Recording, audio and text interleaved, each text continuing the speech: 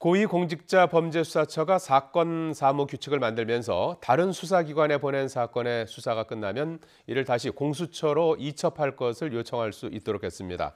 수사는 다른 기관에서 하더라도 기소 여부는 공수처가 직접 판단하겠다는 건데요.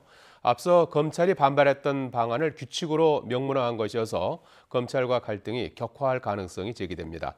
한동호 기자입니다. 공수처 출범 석 달여 만에 공수처 사건 사무 처리 절차를 규정한 규칙이 처음 만들어졌습니다. 가장 눈에 띄는 건 그동안 검찰과 갈등을 빚은 이첩 조항입니다. 규칙엔 공수처장이 수사의 공정성과 사건 규모 등을 고려해 필요한 경우 수사 완료 후 공수처로 다시 사건을 이첩해달라고 요청할 수 있도록 했습니다. 수사는 다른 수사기관으로 보내 하더라도 기소 여부 판단은 공수처가 하겠다는 이른바 유보부 이첩을 규칙으로 명문화한 겁니다. 다만 이첩을 요구받은 수사기관이 이를 따라야 한다는 의무 규정이나 벌칙 조항은 넣지 않았습니다. 공수처 사건 처리를 놓고 이첩 논란이 처음 불거진 건 김학의 전 법무부 차관에 대한 불법 출국 금지 의혹 사건이었습니다. 현직 검사 사건이다 보니 검찰이 공수처에 사건을 이첩했지만 공수처는 현실적인 여건이 안 된다며 검찰에 다시 넘겼습니다. 현실적으로 본격적으로 수사할 수 없는 입장이기 때문에 현재 수사팀에서 검찰 수사팀에서 수사를 계속하도록 하는 게 수사 공백 없이 그게 옳겠다는.